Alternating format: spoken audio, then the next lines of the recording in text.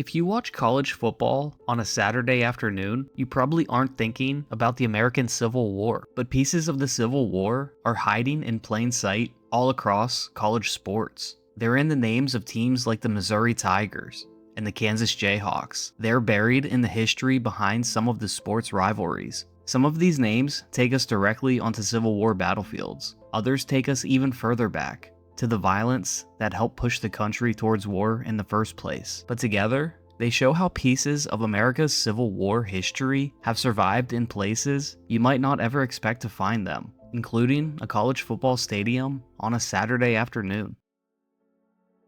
The first stop is Missouri, where the Tigers' name has roots that go back to the violence surrounding the conflict. During the war, Missouri was a deeply divided border state. It remained in the Union, but Unionists and Confederates lived throughout the state, and guerrilla warfare made parts of Missouri incredibly dangerous. In 1864, with Confederate forces under General Sterling Price invading Missouri, residents of Columbia feared that Confederate guerrillas could attack the town. In response, local citizens organized a militia company known as the Columbia Tigers. The attack never came, but the Tigers' name stuck around in local memory. Decades later, when the University of Missouri's football team needed a nickname, Tigers was adopted in honor of those Columbia defenders. And that makes Missouri especially interesting, because one of its biggest rivals has a nickname rooted in the exact same violent struggle, but from the other side of the border.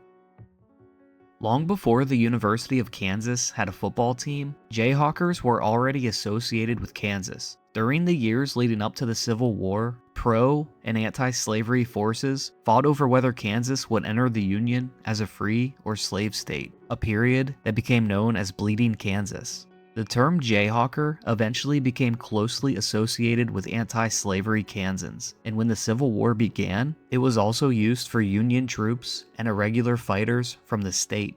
But the Jayhawkers weren't simply heroic freedom fighters. Some crossed into Missouri, raiding communities, stealing property, and contributing to a brutal cycle of violence along the border. Missouri's Confederate guerrillas responded with violence of their own, including William Quantrill's infamous 1863 raid on Lawrence, Kansas, where more than 150 men and boys were killed. That violence left a lasting rivalry between Kansas and Missouri, and decades later, when the Jayhawks and Tigers began meeting in college sports, their rivalry became known as the Border War, a name with roots that went back long before either school had a football team. From Kansas, we head south to Louisiana, where the LSU Tigers have one of the most direct Civil War connections in college sports. During the war, several Louisiana units became known as the Louisiana Tigers. The nickname became especially associated with troops in the Army of Northern Virginia, including men who fought in some of the war's most famous battles. These soldiers developed a reputation for being fierce fighters, and also for being very difficult to control. At the First Battle of Winchester in 1862, the Louisiana Tigers helped storm a heavily defended Union position on Bowers Hill, contributing to a Confederate victory. The Louisiana Tigers became well known enough that the name stuck around long after the war had ended. Decades later, LSU adopted the Tigers nickname for its athletic teams. The exact origin of LSU's nickname has been debated, but the university itself has long acknowledged the connection between the LSU Tigers and Louisiana's Civil War soldiers. So when LSU fans yell "Go Tigers" on Saturday nights, they're using a name with roots that stretch all the way back to Louisiana soldiers of the Civil War. Staying in the SEC, we come to Ole Miss, where the connection to the Civil War is a little more complicated. The University of Mississippi opened in 1848, and when the Civil War began, many of its students left school to fight for the Confederacy.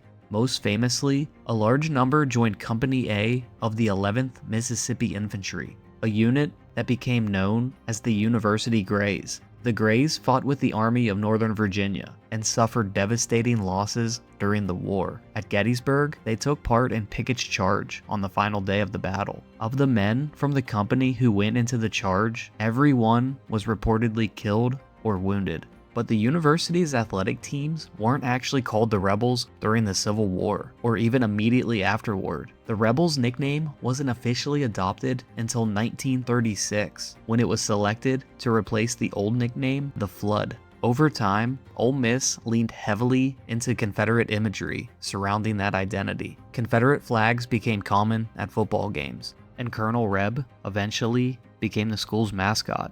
That imagery has gradually been removed. Ole Miss discouraged Confederate flags at games beginning in the 1990s, retired Colonel Reb from its sidelines in 2003, and the university has taken additional steps to distance itself from Confederate symbolism. But the Rebels nickname remains today, making Ole Miss one of the clearest examples of the Civil War's influence on modern college sports team names.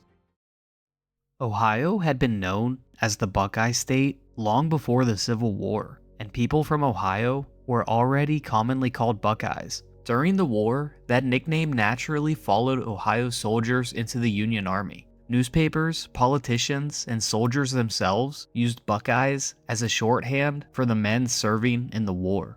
Ohio sent more than 300,000 men into Union service, making it one of the largest contributors of troops in the North. Those soldiers fought across nearly every major theater of the war, from Shiloh and Antietam to Gettysburg and the campaigns in Georgia. The Civil War helped reinforce an identity that already existed, and in 1950, Ohio State officially adopted the Buckeye as its athletic symbol, and fittingly, their biggest rival has a pretty similar story.